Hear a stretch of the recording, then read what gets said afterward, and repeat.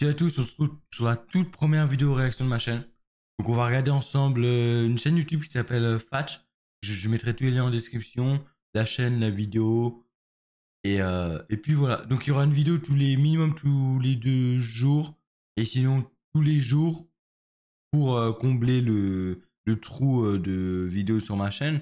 Et je trouve les vidéos réactions c'est intéressant, comme ça permet de discuter ensemble et de voir aussi les contenus qui suivent sur d'autres chaînes et beaux contenus parce que c'est des vidéos où il y a beaucoup de préparation, ils mettent du temps à les sortir parce que ça demande beaucoup de travail, de recherche en amont, etc.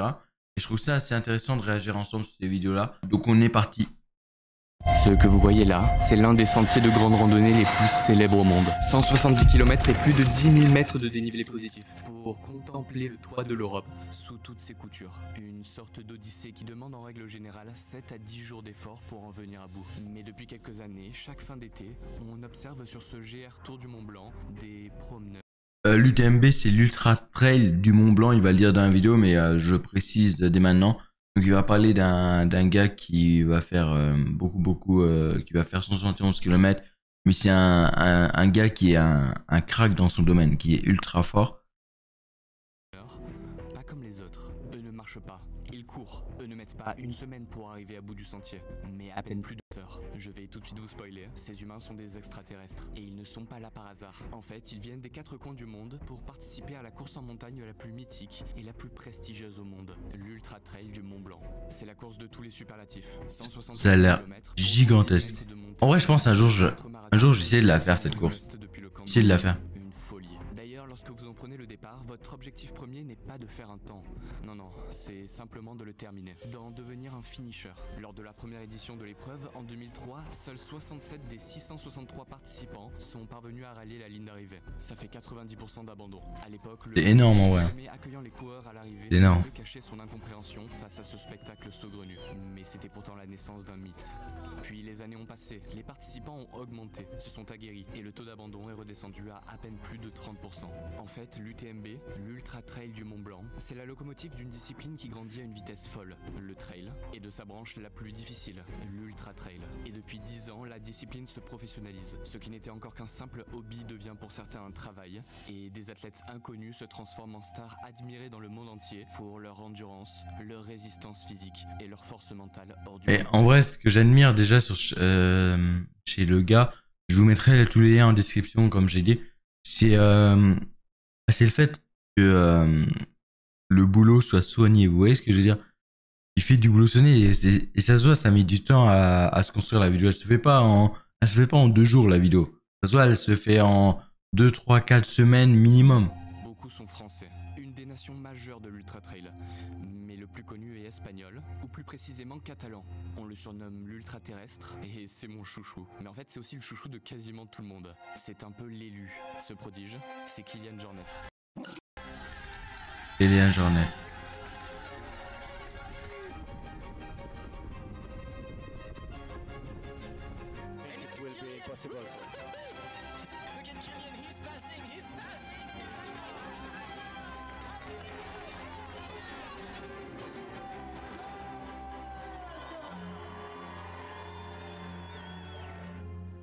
Là, il est au départ de la 19e édition de l'UTMB. Nous sommes en 2022 et vous ne savez pas encore pourquoi, mais il a l'occasion d'entrer dans l'histoire. Mais juste avant de passer à l'action, laissez-moi vous présenter. On va passer la collaboration commerciale. Oh, la nickel. Mais il a l'occasion d'entrer dans l'histoire. Alors pour que vous compreniez bien ce qui se joue, je vais vous ramener un petit peu en arrière. Retour dans le passé de Kilian Jornet donc. Nous sommes dans les Pyrénées, à un peu plus de 2000 mètres d'altitude. C'est là, dans ce refuge, où son père en est le gardien, que grandit Kilian. Du coup forcément, à 3 ans, l'enfant prodige gravit son premier sommet. Ça se voit, à 3 ans, il était déjà plus déter que nous tous réunis, les gars. C'est impressionnant quand même. 6 ans, son premier 4000 mètres. Kilian Jornet, c'est le profil idéal de l'ultra trailer. 1m71 pour 58 kg. Un physique léger et compact. Un haut du corps sans muscles superflus. Comprenez sans poids superflu. Et un bas du corps renforcé en mode rouleau compresseur. Façonné pour la montagne depuis le plus jeune âge. Désolé, il est chaud, il est chaud. Une endurance cardiaque exceptionnelle et des capacités pulmonaires surnaturelles. Sa VO2 max, c'est-à-dire la quantité maximale d'oxygène que son corps consomme, est autour de 90. Bon, si vous n'êtes pas expert, sachez juste que c'est phénoménal. Il pourrait sans problème devenir un grand coureur de semi-fond. Mais ce que lui aime, c'est la montagne, l'altitude, l'endurance et donc les sentiers. Et c'est en 2008. Le demi-fond, ça me rappelle des mauvais souvenirs au collège. On devait, je pense qu'on l'a tous fait, courir autour d'un terrain pendant je sais pas combien de temps et t'as ton camarade qui prend la feuille, qui note le nombre de tours que tu fais, tu dois être le plus rapide, tu dois être constant et rapide. C'était horrible ça. Il y avait la VMA avant, fallait calculer aussi la vitesse maximale aérobie et tout, je me rappelle, c'était horrible. Je suis content que ce soit fini d'ailleurs.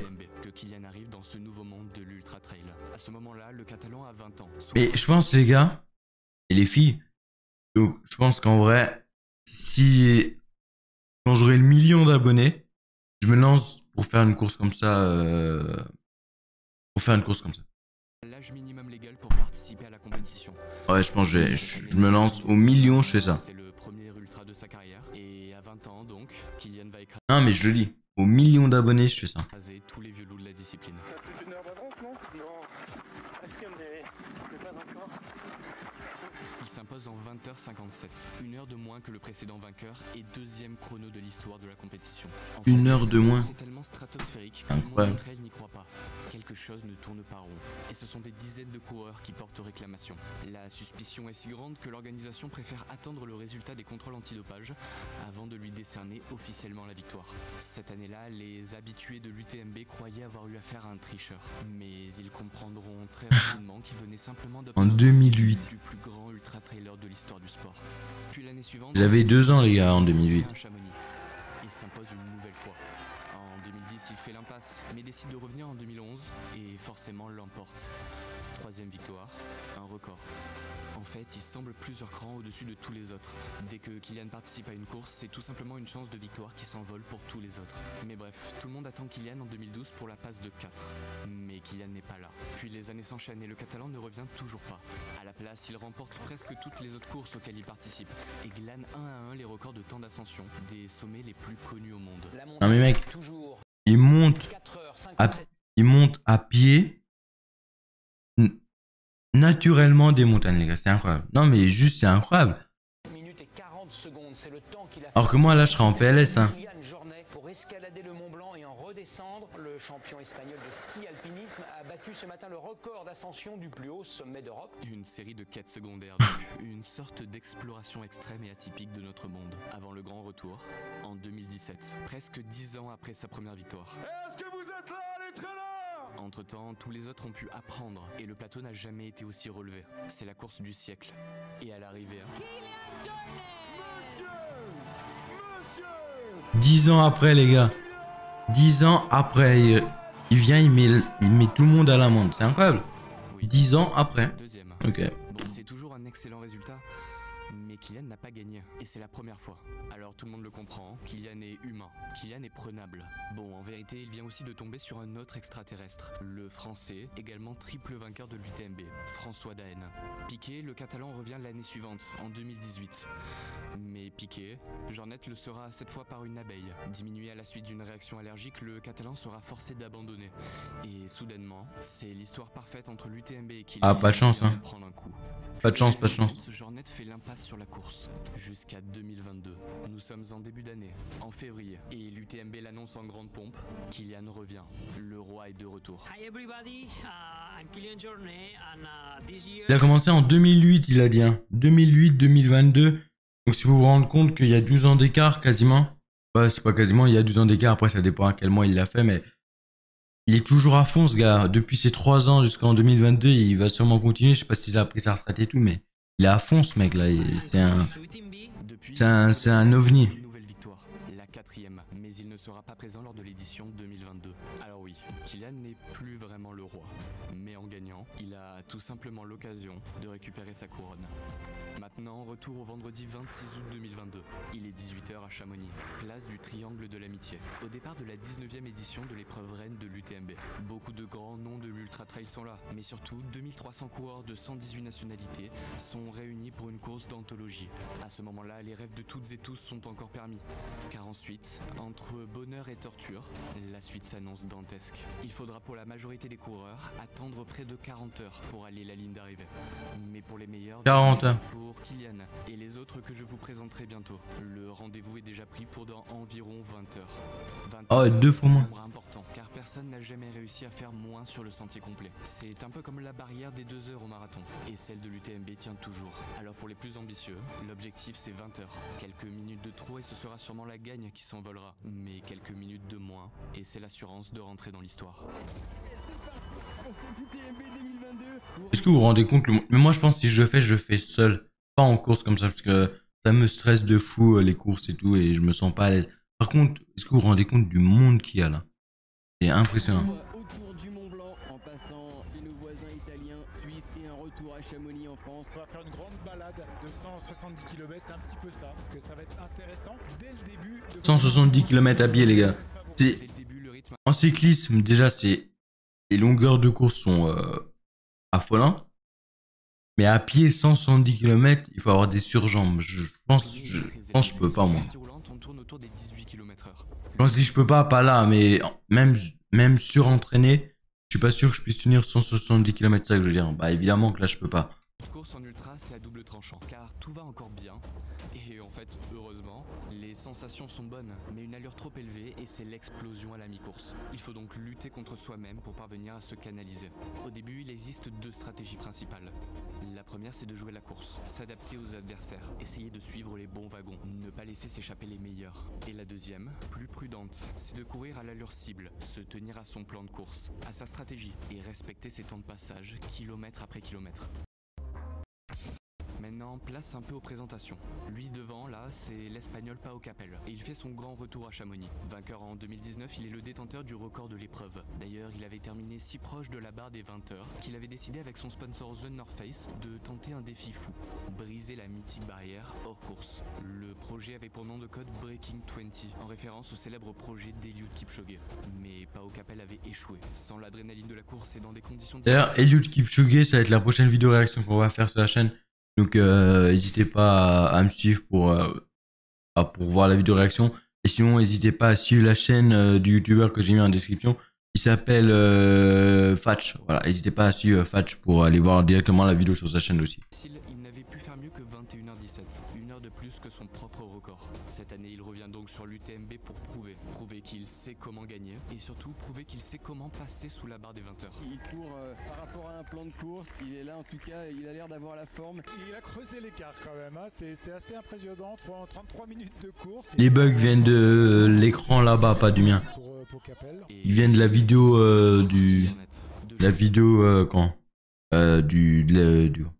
du journal télévisé qui a dû bugger. Le prodige catalan a effrayé tous les observateurs en annonçant sur Instagram avoir été testé positif au Covid. Jusqu'à quelques minutes du départ, il avait laissé planer le doute sur sa participation. Mais il est donc bien là. Ouais, ça c'est une info importante. Il a pas laissé filer Pau Capel cette année. Et derrière eux, 2 Américains. Le premier c'est lui, Jim Walmsley, le grand favori de cette édition avec Kylian. Déjà double vainqueur de la Western States et de plusieurs autres courses prestigieuses, il est le meilleur espoir de victoire masculine côté américain. Mais l'UTMB reste sa bête noire. Après, le TMB, c'est un autre monde. Hein.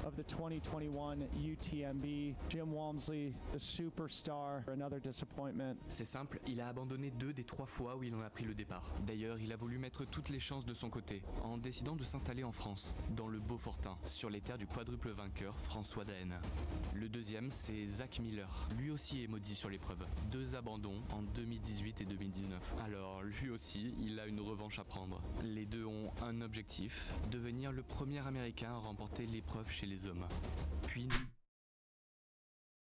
Bon, nos 4 premiers prétendants se rejoignent.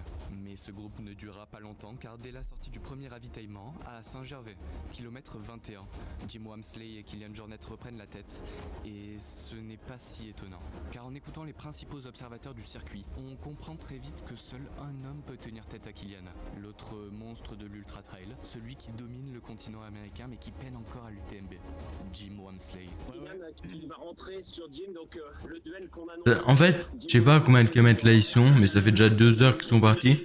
3 heures, donc Mais les difficultés en vrai, ils sont au début de la course, parce que si la course dure plus de 20 heures pour les meilleurs, ils sont au début de la course, mais je pense qu'il doit avoir des jambes comme ça, je suis sûr que ça doit être... En fait, déjà, quand tu vois la taille de leurs mollets, c'est des rectangles, donc déjà, il y a déjà une différence entre les coureurs classiques et eux. C'est là que l'on quitte la vallée pour une nouvelle ascension, le col de la Seigne, symbolique passage de la France vers l'Italie. C'est là que l'on quitte la foule aussi.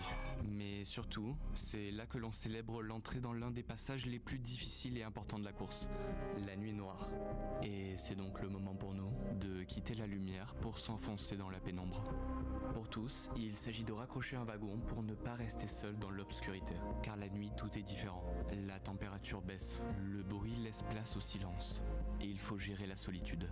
Mais surtout, c'est le moment où votre corps vous demande de vous reposer. Et si les amateurs peuvent s'offrir quelques heures de sommeil, pour nos prétendants à la victoire finale, pas question de dormir. Pour se préparer à cette privation... On va se laisser là pour cette vidéo. Donc on se retrouve pour l'épisode 2, là c'était l'épisode 1, Vous souhaitez que la vidéo soit trop longue. On se retrouve demain pour la suite de cette vidéo. En tout cas, comme il n'y a rien à redire, un excellent youtubeur. Il fait, ça se voit, il travaille énormément sur ses vidéos, ça met du temps à tourner, du temps à monter, du temps en recherche, en amont, etc. Et j'espère que il prend plaisir à faire ce qu'il fait. Il a 205 000 abonnés, il n'a pas tant de vidéos que ça, il a pris beaucoup d'abonnés. Il est très fort. Donc voilà, je vous mets tous les liens en description. N'hésitez pas à aller voir sa chaîne, à aller voir ses vidéos. Abonnez-vous.